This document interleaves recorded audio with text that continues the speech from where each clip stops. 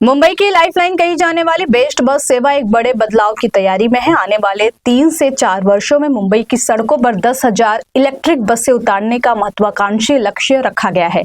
लेकिन इस बड़े विस्तार से पहले बेस्ट के सामने एक ऐसी चुनौती खड़ी हो गई है जो पूरे प्लान पर असर डाल सकती है। चुनौती है प्रशिक्षित बस चालकों की भारी कमी।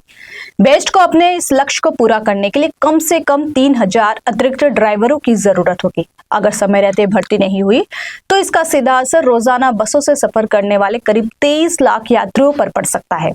यात्रियों को लंबा इंतजार, भीड़ भाड़ और बसों की कम उपलब्धता जैसे समस्याओं का सामना करना पड़ सकता है। बता दें कि बेस्ट पहले ही 1500 नई इलेक्ट्रिक बसों की खरीद को मंजूरी दे चुका है। वहीं वर्तमान में 2500 से ज्यादा लीज पर ली गई बसों का संचालन भी ड्राइवरों की कमी के बीच किया जा रहा है। ऐसे में नई बसों के आने के बाद यह संकट और गहरा सकता है। बेस्ट समिति के वरिष्ठ सदस्य सुनील गडाचारी पहले ही इस मुद्दे को समिति की बैठक में उठा चुके हैं। उनका कहना है अगले 1 साल में नई इलेक्ट्रिक बसें सड़कों पर उतरेंगी और उनके संचालन के लिए कम से कम 3,000 अतिरिक्त प्रशिक्षित चालकों की तत्काल आवश्यकता होगी। फिलहाल कई रूटों पर बसों की आवृत्ति पहले से ही प्रभावित हो रही है, जिससे यात्रियों को घंटों इंतजार करना पड़ रहा है और बसों में क्षमता से अधिक भीड़ देखने को मिल रही है। इस बीच सुरक्षा का मुद्दा भी गंभीर चिंता का विषय बन गया है। हाल के दिनों में इलेक्ट्रिक बसों से जुड़े कुछ हादसों के बाद सवाल उठ रहे हैं कि क्या पर्याप्त प्रशिक्षण के बिना नए चालकों को स्टीयरिंग थमाना सुरक्षित होगा। हालांकि बेस्ट प्रशासन का कहना है कि कई दुर्घटनाओं के पीछे मानवीय त्रुटियां जिम्मेदार रही हैं।